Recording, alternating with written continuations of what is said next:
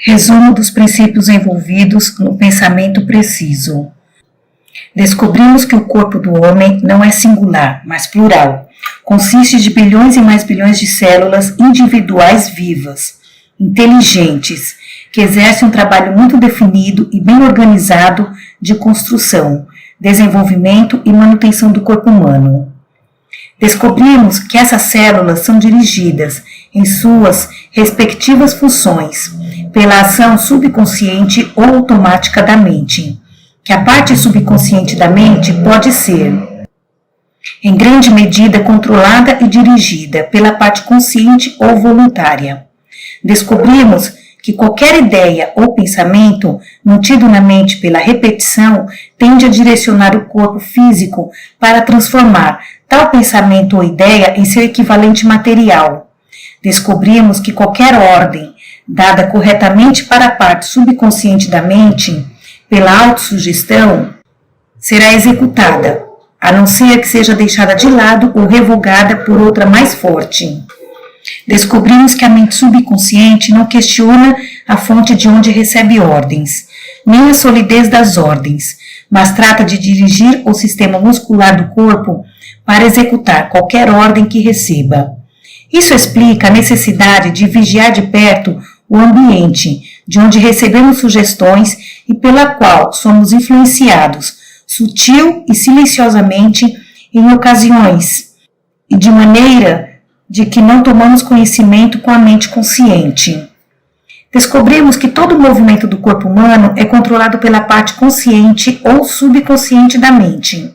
Nenhum músculo pode ser movido até que um comando de movimento seja enviado por uma ou outra dessas seções da mente.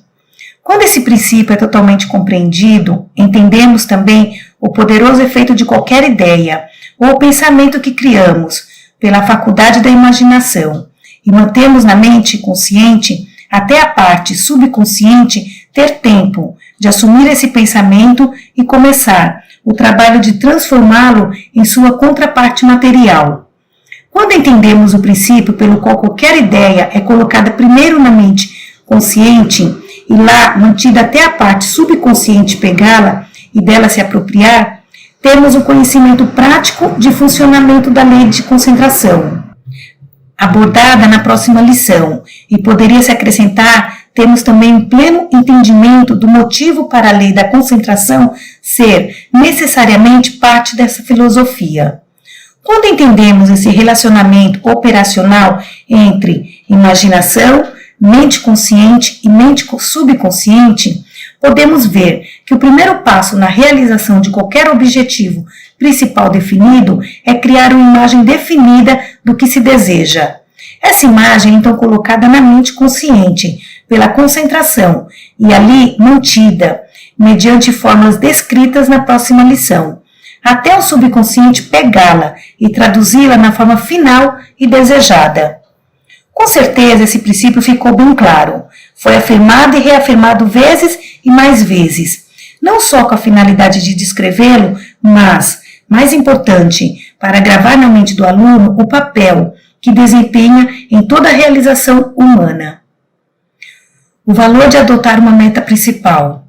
A lição sobre pensamento preciso não apenas descreve o verdadeiro propósito de um objetivo principal definido, como explica, em termos simples, os princípios pelos quais tal objetivo ou meta pode ser realizado. Inicialmente, criamos o objetivo pela faculdade imaginativa da mente. A seguir, transferimos um esboço desse objetivo para o papel, escrevendo uma declaração exata do objetivo principal definido. Ao se recorrer diariamente à declaração escrita, a ideia ou coisa almejada é adotada pelo consciente e transmitida ao subconsciente, que por sua vez direciona as energias do corpo para transformar o desejo em uma forma de material. Desejo. Desejo intenso e profundamente enraizado é o ponto de partida de toda realização, assim como o elétron é a última unidade de matéria discernível para o cientista. O desejo é a semente de todas as realizações, o ponto de partida, antes do que não há nada, ou pelo menos nada de que tenhamos conhecimento. Um objetivo principal definido, que é apenas outro nome para o desejo, não teria sentido a não ser com base em um desejo intenso e profundamente arraigado pelo objetivo principal. Muitas pessoas querem muitas coisas, mas esse querer não equivale a um desejo intenso e, portanto, é de pouco ou nenhum valor, a menos que seja cristalizado na forma mais definida de desejo. Homens que dedicaram anos de pesquisa ao assunto acreditam que toda energia e matéria do universo responde e é controlada pela lei da atração, que faz com que elementos e forças da natureza semelhante se reúnam em torno de determinados polos de atração. Mediante essa mesma lei da atração, o desejo intenso, constante e profundamente arraigado atrai o equivalente físico ou a contrapartida da coisa desejada, ou os meios de obtê-lo. Sabemos então, se essa hipótese estiver certa, que todos os ciclos da realização humana operam mais ou menos assim. Primeiro, visualizamos algum objetivo em nosso consciente na forma de um objetivo principal definido, com base em um desejo intenso. Depois, concentramos nossa mente consciente em tal objetivo pelo pensamento constante e crença em sua realização, até o subconsciente pegar a imagem ou esboço do objetivo e nos impelir à ação física necessária para transformar tal imagem em realidade. Sugestão e autossugestão. Ao longo destas e de outras lições do curso A Lei do Sucesso, o aluno aprendeu que impressões sensoriais oriundas do ambiente, declarações ou ações de outras pessoas são chamadas sugestões, enquanto impressões sensoriais que colocamos em nossa própria mente são autossugestões. Todas as sugestões vindas de outros ou do ambiente nos influenciam apenas depois que aceitamos e transmitimos para o subconsciente por autossugestão. Assim, vê-se que a sugestão se torna e deve se tornar autossugestão antes de influenciar a mente de quem a recebe. Dito de outra maneira, ninguém pode influenciar ninguém sem o consentimento da pessoa influenciada, já que a influência ocorre pelo poder de autossugestão. Quando se está acordado, a mente consciente atua como uma sentinela, guardando o subconsciente e rechaçando todas as sugestões vindas de fora, que tentam alcançá-lo, até que tenham sido examinados pelo consciente e aprovadas e aceitas. É assim que a natureza protege o ser humano de intrusos, que de outra maneira assumiriam à vontade o controle de qualquer mente desejada. É um arranjo inteligente. O valor da autossugestão na realização do objetivo principal definido. Um dos maiores usos que se pode dar à autossugestão é ajudar a realizar o objetivo principal definido de vida. O procedimento para fazer isso é muito simples. Embora a fórmula exata tenha sido apresentada na lição 2 e citada em muitas outras partes do curso, o princípio em que se baseia está descrito aqui mais uma vez. Escreva uma declaração clara e concisa do que pretende atingir como objetivo principal definido, cobrindo um período de, digamos, os próximos 5 anos. Faça pelo menos 2 cópias da declaração, uma para ser colocada onde possa ler várias vezes ao dia, enquanto está no trabalho, e outra para ser colocada no quarto, onde poderá ser lida várias vezes, a cada noite antes de você dormir e logo ao acordar. A influência sugestiva desse procedimento, por mais improvável que pareça, em breve gravará o objetivo principal definido em seu subconsciente. E como que, por um passe de mágica, você começará a observar a ocorrência de eventos que o conduzirão para cada vez mais perto da realização do objetivo. A partir do dia em que chegar a uma decisão definitiva sobre a coisa, condição ou posição exata na vida que deseja profundamente, você vai observar, caso leia livros, jornais e revistas, que notícias importantes e outros dados relativos ao objetivo principal definido começarão a chamar sua atenção. Vai observar também que as oportunidades começarão a aparecer e, se as abraçar, o levarão cada vez mais perto da meta cobiçada. Ninguém sabe melhor do que o autor deste curso o quanto isso pode parecer impossível e improvável para quem não está a par do mecanismo de funcionamento da mente. No entanto, essa não é uma época favorável para o cético. E a melhor coisa a fazer é experimentar este princípio até que seja estabelecido na prática. Para a geração atual, pode parecer que não existem mais mundos a conquistar no campo das invenções mecânicas, mas todo pensador, mesmo aqueles que não são pensadores precisos, vai admitir que estamos recém-entrando em uma nova era de evolução, experiências e análise no que tange aos poderes da mente humana. O significado da palavra impossível é menor do que nunca na história da raça humana. Existem alguns que realmente removeram tal palavra do seu vocabulário, acreditando que o homem pode fazer qualquer coisa que possa imaginar e acreditar que possa fazer. Sabemos ao certo que o universo é composto de duas substâncias, matéria e energia. Por meio de paciente pesquisa científica, descobrimos o que acreditamos ser uma boa evidência de tudo o que é ou já foi em termos de matéria. Quando analisado até o ponto mais refinado, pode ser rastreado até o elétron, que nada mais é do que uma forma de energia. Por outro lado, todas as coisas materiais que o homem criou começaram na forma de energia, na semente de uma ideia liberada pela faculdade imaginativa da mente humana. Em outras palavras, o início de todas as coisas materiais é a energia, e o final delas também é energia. Toda matéria obedece ao comando de uma ou outra forma de energia. A forma mais elevada de energia é a que funciona como a mente humana. A mente humana, portanto, é a única força diretriz de tudo o que o homem cria e o que ele poderá criar com essa força no futuro, em comparação com aquilo que criou no passado, fará com que as realizações prévias pareçam insignificantes e pequenas. Não temos que esperar por descobertas futuras relacionadas aos poderes da mente humana para ter provas de que a mente é a maior força conhecida pela humanidade. Sabemos agora que qualquer ideia, meta ou objetivo fixado na mente e lá mantido com a vontade de se realizar ou atingir seu equivalente físico ou material, coloca em movimento poderes invencíveis. Guston disse: quanto mais eu vivo, mais certo fico de que a grande diferença entre os homens, entre os fracos e os poderosos, os grandes e os insignificantes, é a energia, determinação invencível, um objetivo certa vez fixado, e então morte ou vitória. Essa qualidade fará qualquer coisa que possa ser feita neste mundo. E sem isso, nenhum talento, circunstância ou oportunidade fará de uma criatura de duas pernas um homem. Donald Mitchell muito bem disse: decisão é o que fez um homem se revelar. Não decisão frouxa, decisão tosca, objetivos vagos, mas aquela vontade forte e incansável que pisoteia dificuldades e perigo, como o menino pisoteia as terras congeladas de inverno, que ilumina os olhos e cérebro com uma pulsação orgulhosa rumo ao inatingível. A vontade torna os homens gigantes.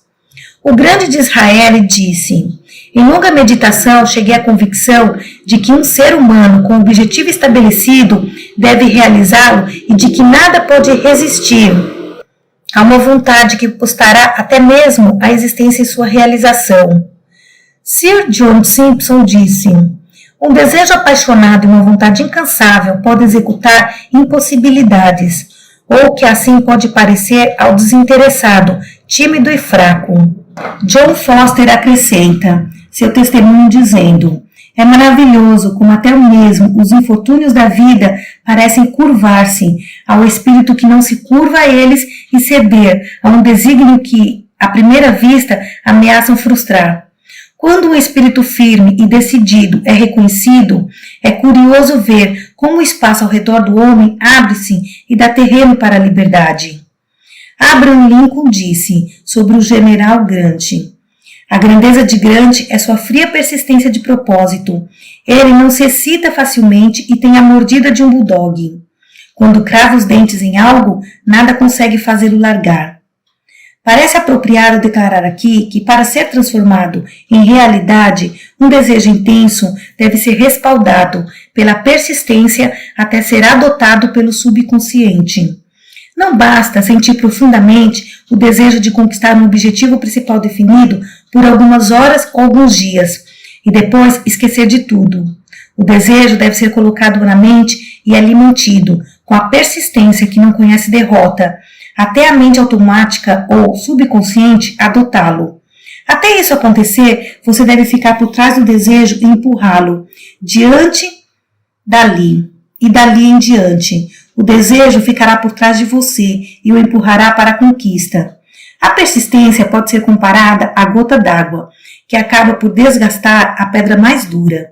Quando o capítulo final de sua vida estiver concluído, será visto que sua persistência ou a falta desta qualidade valiosa desempenhou um papel importante em seu sucesso ou fracasso. O autor assistiu à luta em Chicago. Também estudou a psicologia que antecedeu e cercou a luta anterior de ambos. Duas coisas ajudaram Tunney a derrotar Dempsey nos dois confrontos. Apesar de Dempsey ser mais forte e, segundo muitos acreditavam, melhor lutador. E as duas coisas que condenaram Dempsey foram, primeiro, a falta de autoconfiança, o medo de que Tunney pudesse derrotá-lo, e segundo, a completa confiança de Tunney em si e a crença de que liquidaria Dempsey. Tunney entrou no ringue de queixo erguido, com um ar de autoconfiança e certeza em cada movimento. Dempsey entrou com um passo meio incerto, olhando Tunney de um jeito que perguntava nitidamente: "O que você vai fazer comigo?" Dempsey estava derrotado em sua mente antes de entrar no ringue. O pessoal da imprensa e os publicitários realizaram essa proeza graças à capacidade de raciocínio superior de Tunney. E assim é a história, desde a mais baixa e brutal das ocupações, a luta por prêmios, até as profissões mais elevadas e louváveis. O sucesso é conquistado pelo homem que sabe como usar o poder do pensamento.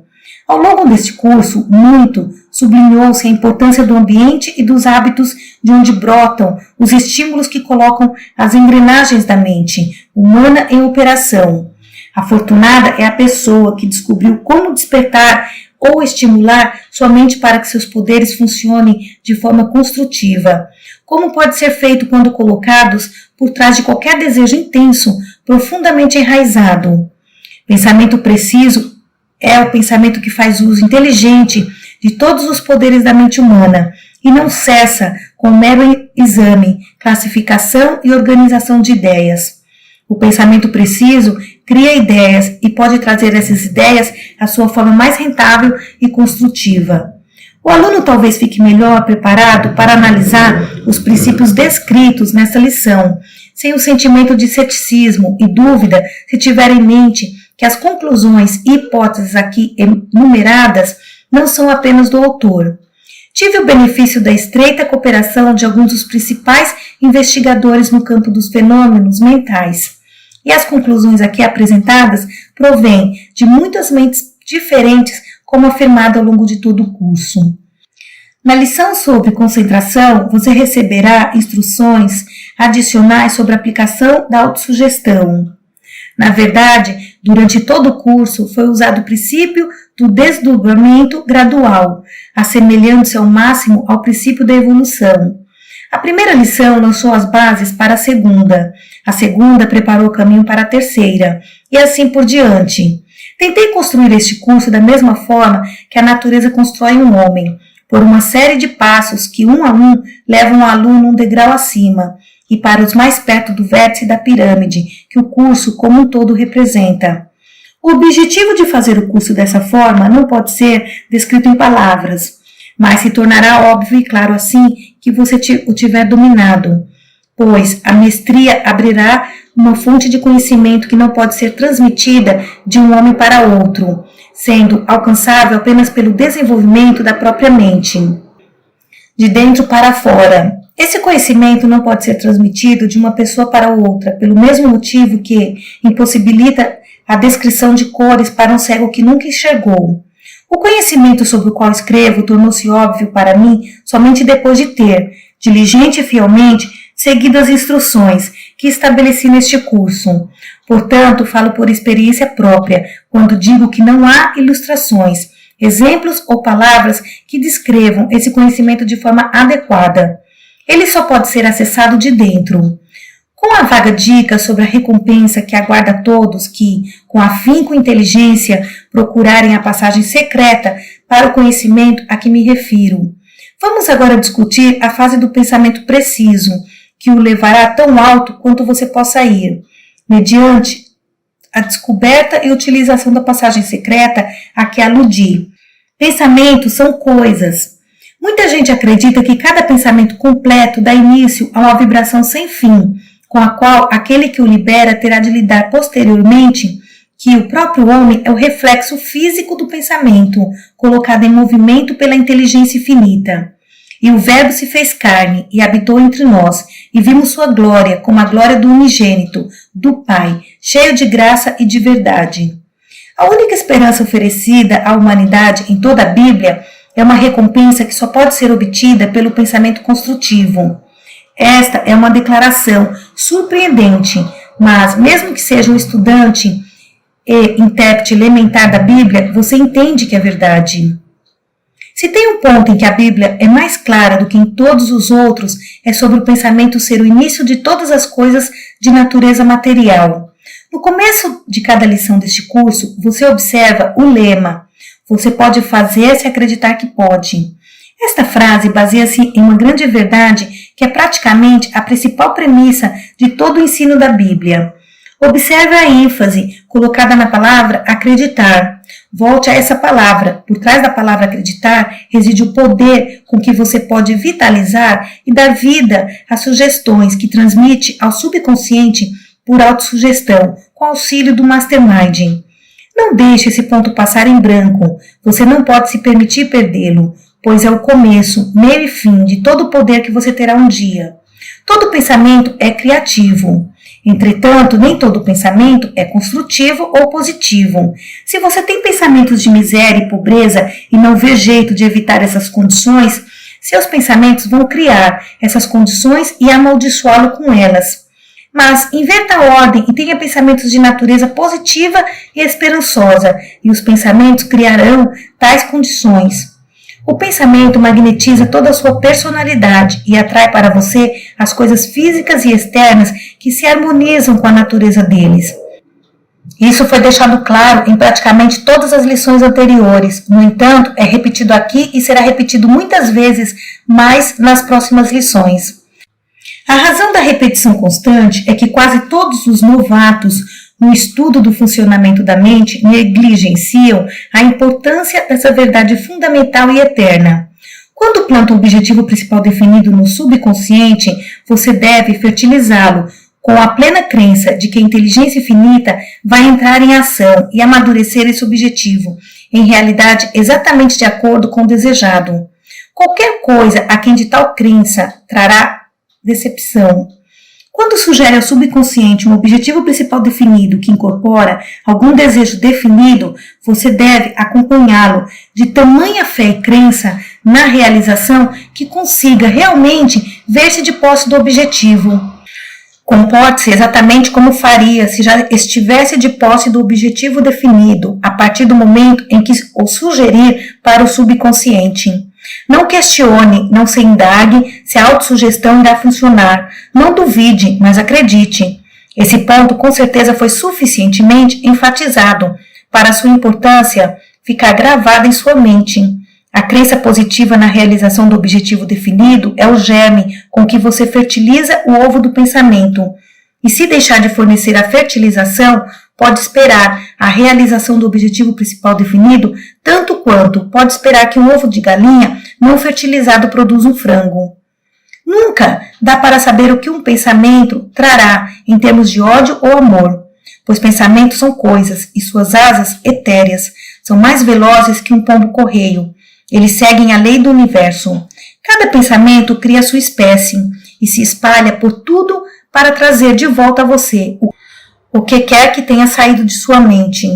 Pensamentos são coisas. Essa é uma grande verdade, que quando você entender, vai levá-lo para tão perto da porta da passagem secreta, do conhecimento, quanto seria possível a outra pessoa levá-lo. Quando captar essa verdade fundamental, você em breve encontrará a porta e abrirá. O poder de pensar como deseja pensar é o único sobre o qual você tem absoluto controle. Por favor, leia e estude a frase anterior até pegar o significado. Se você tem o poder de controlar seus pensamentos, recaia sobre você a responsabilidade de seus pensamentos serem positivos ou negativos. O que traz à mente um dos poemas mais famosos do mundo. De dentro dessa noite que me cobre, negra como o breu de Polo Apolo, agradeço a quaisquer que sejam os deuses, por minha alma inconquistável. Nas guerras cruéis das circunstâncias, não estremeci ou bradei. Sob os golpes do acaso, minha cabeça está ensanguentada, mas erguida. Para além desse lugar de ira e lágrimas, paira apenas o horror das sombras. Ainda assim, a ameaça dos anos encontra-me-á de me encontrar sem temor. Não importa quão estreito o portão, quão carregada de punições a lista, sou o senhor do meu destino, capitão da minha alma. Henley. Henley escreveu esse poema após descobrir a porta da passagem secreta que mencionei. Você é o mestre do seu destino e o capitão da sua alma, porque controla seus pensamentos e com a ajuda dos pensamentos pode criar o que quer que deseje. Ao nos aproximarmos do final desta lição, vamos descerrar a cortina que paira sobre o portão chamado morte e dar uma olhada no grande além. Contemple o mundo povoado por seres destituídos de corpo físico.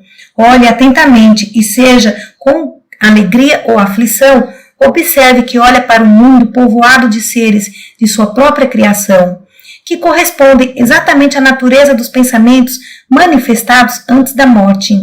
Lá estão eles, filhos de seu coração e mente, moldados segundo a imagem de seus pensamentos. Aqueles nascidos de seu ódio, inveja, ciúme, egoísmo e injustiça para com seus semelhantes não serão companhias muito desejáveis, mas você terá que viver com eles mesmo assim, pois são seus filhos e você não pode expulsá-los. Você de fato será infeliz se não encontrar filhos nascidos do amor, da justiça, da verdade e da bondade para com os outros. À luz dessa sugestão alegórica, o tema do pensamento preciso assume um novo aspecto muito mais importante, não é? Se existe a possibilidade de que cada pensamento que você emite durante esta vida apresente-se sob a forma de um ser vivo para cumprimentá-lo após a morte, você não precisa de mais motivos para proteger todos os seus pensamentos com mais cuidado do que protegeria a comida com que alimenta seu corpo físico. Refiro-me a essa sugestão como alegórica, porque você só vai entender depois de passar pela porta da passagem secreta para o conhecimento. Perguntar como sei essas coisas antes de passar por essa porta seria tão inútil quanto perguntar a um cego que nunca enxergou como é a cor vermelha. Não estou lhe incitando a aceitar esse ponto de vista. Não estou sequer discutindo sua solidez. Estou apenas cumprindo meu dever e responsabilidade, dando-lhe a sugestão. Você deve executá-la a ponto de poder aceitar ou rejeitar por si e conforme sua vontade. O termo pensamento preciso, conforme utilizado nessa lição, refere-se ao pensamento de sua própria criação. O pensamento que chega a você vindo de outros, por sugestão ou declaração direta, não é pensamento preciso dentro do significado e objetivo desta lição, embora possa ser baseado em fatos. Aqui chegamos ao ápice da pirâmide desta lição sobre pensamento preciso. Não posso levá-lo além, contudo, você ainda não percorreu todo o trajeto, apenas começou. Daqui para frente você deve ser seu guia, mas se não deixou passar de toda a grande verdade em que esta lição se baseia, não terá dificuldade em encontrar seu caminho. Deixe-me adverti-lo, porém, para não desanimar caso a verdade fundamental desta lição não surja na primeira leitura. Pode exigir semanas ou meses de meditação para você compreender plenamente essa verdade, mas vale a pena esforçar-se. Você pode compreender e aceitar facilmente os princípios estabelecidos no início dessa lição, porque são de natureza mais elementar. No entanto, ao começar a seguir a cadeia de pensamento rumo ao final desta lição, talvez veja-se levado às águas profundas demais para sondar. Talvez eu possa jogar um raio de luz final sobre o assunto, lembrando que o som de cada voz, de cada nota de música e de qualquer outra natureza que esteja sendo emitido no momento em que você lê estas linhas está flutuando através do éter, bem onde você está. Para ouvir esses sons, você precisa apenas do auxílio de um equipamento de rádio moderno.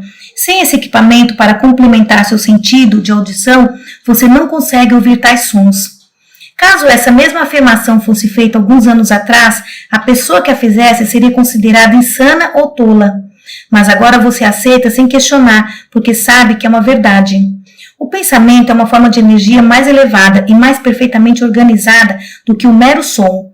Portanto, não está além dos limites da razão supor que cada pensamento que está sendo liberado agora e cada pensamento que já foi liberado também estão no éter ou em algum outro lugar e podem ser interpretados por aqueles que têm equipamento para fazê-lo. E que tipo de equipamento é necessário? Você pergunta.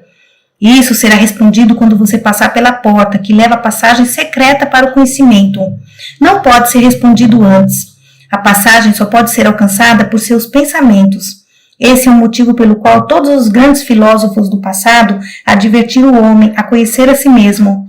Conhece a ti mesmo é e tem sido a exportação de todos os tempos. A vida de Cristo foi uma promessa ininterrupta de esperança e possibilidade inteiramente baseada no conhecimento que todos podem descobrir-se e procurarem dentro de si. Um dos mistérios sem respostas da obra de Deus é o fato de que essa grande descoberta é sempre uma autodescoberta. A verdade que o homem está eternamente a procurar está envolta nele mesmo. Portanto, é inútil procurar muito longe, no deserto da vida ou no coração dos outros homens. Fazer isso não o levará mais para perto do que procura, e sim para mais longe. E pode ser que neste momento, quem a não ser você pode saber, enquanto termina esta lição, você esteja mais perto que nunca da porta que conduz à passagem secreta para o conhecimento. Com o domínio desta lição, virá um entendimento mais pleno do princípio referido na lição 1 como Mastermind. Com certeza você agora compreende o motivo para a aliança cooperativa amigável entre duas ou mais pessoas. Essa aliança reforça a mente dos participantes e permite contatar o poder do pensamento com a inteligência infinita. Com esta afirmação, a lição 1 deve assumir novo significado para você. Esta lição familiarizou-se com o principal motivo para se fazer uso do Mastermind, mostrando as alturas a que essa lei pode transportar todos que compreendem e utilizam. Agora você deve estar entendendo porque os poucos homens ascenderam a grandes alturas de poder e fortuna, enquanto outros ao redor permaneceram na pobreza e necessidade. Se não entender a causa disso agora, entenderá quando dominar as lições restantes. Não desanime, caso não haja o completo entendimento desses princípios na primeira leitura desta lição. Esta é a única lição de todo o curso que não pode ser totalmente assimilada pelo novato em uma só leitura. Ela concederá seus ricos tesouros de conhecimento apenas mediante pensamento, reflexão e meditação. Por isso, você é instruído a ler esta lição pelo menos 4 vezes, com intervalo de uma semana a cada leitura. Você também é instruído a ler mais uma vez a lição 1, para que possa entender mais precisa e definitivamente a lei do Mastermind e a relação entre ela e os temas tratados nessa lição sobre pensamento preciso. O Mastermind é o princípio de que lhe permite tornar-se um pensador preciso. Não é uma afirmação simples e significativa? Fracasso. Uma visita ao autor depois da lição. As grandes lições de sucesso que se pode aprender com os de reveses. Uma providência onisciente organizou os assuntos da humanidade de forma que toda pessoa que chega à idade da razão deve atravessar a barreira do fracasso de um jeito ou outro. Você vê na figura acima a cruel, mais pesada e mais cruel de todas, a pobreza. Centenas de milhares de pessoas que vivem hoje nesse mundo precisam lutar sob o peso dessa cruz para desfrutar das 3 necessidades básicas da vida: um lugar para dormir, algo para comer e roupas para vestir. Carregar a cruz da pobreza não é brincadeira, mas parece significativo que as pessoas mais importantes e mais bem-sucedidas que já viveram acharam necessário carregar essa cruz antes de chegar lá. O fracasso geralmente é visto como uma maldição, mas pouca gente entende que fracasso é maldição somente quando aceito como tal. Poucos aprendem a verdade de que fracasso raramente é permanente. Recapitule suas experiências de uns anos atrás e você verá que os fracassos geralmente revelaram-se bênçãos disfarçadas. O fracasso ensina lições que nunca se aprenderia sem ele. Além disso, ensina em uma linguagem universal. Entre as grandes lições ensinadas pelo fracasso está a humildade. Nenhum homem pode se tornar grande sem se sentir humilde e insignificante quando comparado ao mundo à sua volta, as estrelas acima dele e a harmonia com que a natureza trabalha. Para cada filho de um homem rico que se torna um trabalhador útil e construtivo em favor da humanidade, existem 99 outras pessoas prestando um serviço útil por intermédio da pobreza e da miséria. Isso parece mais do que mera coincidência. A maioria das pessoas que se julga fracassada não é. A maioria das condições que as pessoas enxergam como fracasso não passam de derrotas temporárias. Se você tem pena de si e acha que é um fracassado, pense como seria se tivesse que trocar de lugar com outros que têm motivos reais para reclamar. Em Chicago vive uma linda jovem. Seus olhos são azuis claro. A pele é extremamente alva. Tem uma voz encantadora e doce. É educada e culta. 3 dias depois de se formar em uma das faculdades do leste, descobriu que tinha sangue negro nas veias. O homem de quem estava noiva recusou-se a casar com ela. Os negros não a querem e os brancos não querem relacionar-se com ela. Pelo resto da vida, ela terá a marca permanente do fracasso. Lembre-se, isso é fracasso permanente. Enquanto este artigo é escrito, chega a notícia de uma menininha que nasceu de uma moça solteira e foi levada a um orfanato para ser criada mecanicamente, sem nunca conhecer a influência do amor de uma mãe. Por toda a vida, essa criança infeliz deverá suportar o impacto do erro de outra pessoa, que jamais poderá ser corrigido. Que sorte você tem! Não importa quais seus fracassos imaginários, por não ser essa criança, se tem um corpo forte e uma mente sã. Você tem muito para ser grato. Milhões de pessoas ao seu redor não têm essas bênçãos. A análise cautelosa de 100 homens e mulheres que o mundo considera grandes mostra que foram obrigados a passar por derrotas e fracassos temporários que você provavelmente nunca conheceu nem conhecerá. Woodrow Wilson foi para o túmulo cedo demais, vítima de calúnia e decepção cruéis, acreditando que, sem dúvida, era um fracasso. O tempo, o grande operador de milagres que corrige todos os erros e transforma fracasso em sucesso, colocará o nome de Woodrow Wilson em alto da página dos realmente grandes. Poucos que hoje vivem têm visão para enxergar que o fracasso de Wilson se tornará, por fim, uma demanda tão poderosa para a paz universal que a guerra será uma impossibilidade. Lincoln morreu sem saber que seu fracasso deu base sólida para a maior nação da Terra. Cristóvão Colombo morreu prisioneiro, acorrentado, sem saber que seu fracasso significou a descoberta da grande nação que Lincoln e Wilson ajudaram a preservar com seus fracassos. Não use a palavra fracasso descuidadamente. Lembre-se, carregar uma cruz pesada temporariamente não é fracasso. Se você tem a semente real do sucesso dentro de si, um pouco de adversidade e derrota temporária só vão servir para alimentar essa semente e fazer com que cresça e amadureça. Quando a inteligência divina quer que alguém preste algum serviço necessário ao mundo, o afortunado é testado em alguma forma de fracasso. Se você está passando pelo que acredita ser fracasso, tenha paciência, você pode estar passando pela fase de teste. Nenhum executivo capaz selecionaria como assistente aqueles de quem não testou a confiabilidade, lealdade, perseverança e outras qualidades essenciais. Responsabilidade e tudo o que vem com ela no caminho da remuneração sempre gravitam para a pessoa que não aceita a derrota, temporária como fracasso permanente. O teste do homem é a luta que ele trava, a fibra que mostra diariamente, a maneira como se mantém de pé e enfrenta os numerosos solavancos e golpes do destino. Um covarde pode sorrir quando não há nada a temer, quando nada impede seu progresso, mas é preciso ser homem para se levantar e aplaudir quando outros brilham. Não é a vitória final, mas a briga que faz um irmão. O homem que, encurralado na parede, ainda permanece ereto e recebe os golpes do destino de cabeça erguida, sangrando, machucado, pálido. É o homem que no fim vencerá, pois ele não tem medo de fracassar. São os solavancos que você leva, os abalos que sofre e os choques que sua coragem enfrenta, as horas de tristeza e arrependimento em vão, o prêmio que escapa de suas mãos, que testam seu vigor e provam seu valor. Não são os golpes com que você lida, mas os golpes que recebe neste mundo, que mostram se você tem estofo de verdade. O fracasso muitas vezes coloca a pessoa em uma posição onde o esforço em comum deve ser iminente. Muitos homens espremeram a vitória da derrota, lutando com as costas contra a parede, onde não podiam recuar. César, por muito tempo, desejou conquistar a Inglaterra. Conduziu silenciosamente seus navios carregados de soldados para a ilha britânica.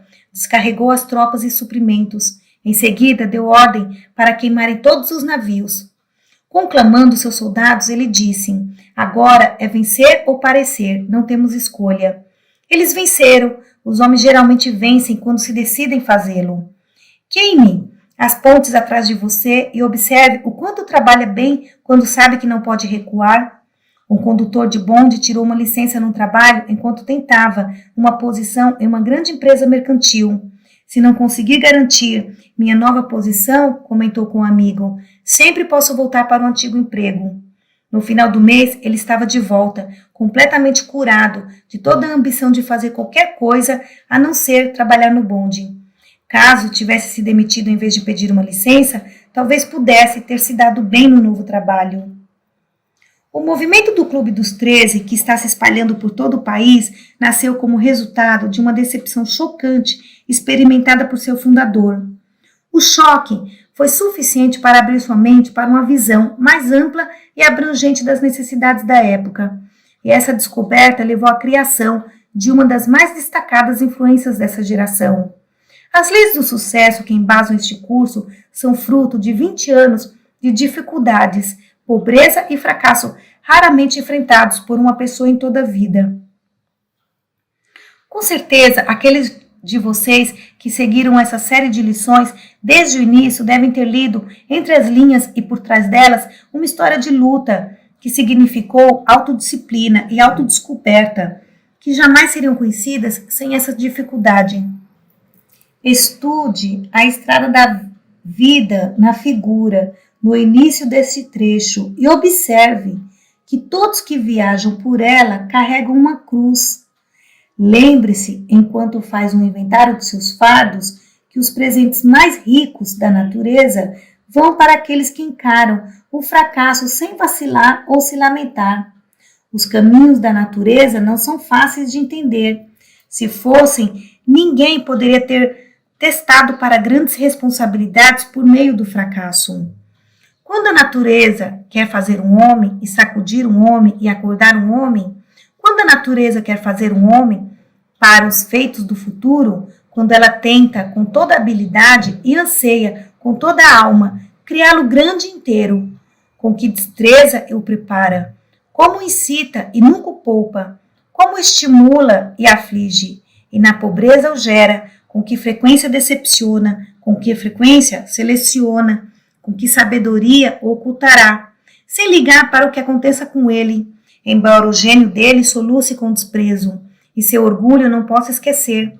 Ordena-lhe a lutar mais ainda, deixa-o solitário, para que apenas as mensagens elevadas de Deus o alcancem, para que ela possa com certeza ensiná-lo o que a hierarquia planejou, embora ele não possa entender. Dá-lhe paixão para dominar, com que falta de remorso ela o incita, com que formidável ardor o agita, quando o prefere pungentemente. Ó a crise, ó grito, que deve chamar o líder quando as pessoas precisam de salvação. Ele vem para liderar a nação. Então a natureza mostra seu plano, quando o mundo encontra um homem. Não existe fracasso. O que parece fracasso geralmente não passa de derrota temporária. Tenha certeza de não aceitá-lo como permanente. Existe uma maneira garantida de evitar críticas, não ser nada e não fazer nada. Arrume um emprego de varredor de rua e liquide a ambição. Esse remédio nunca falha.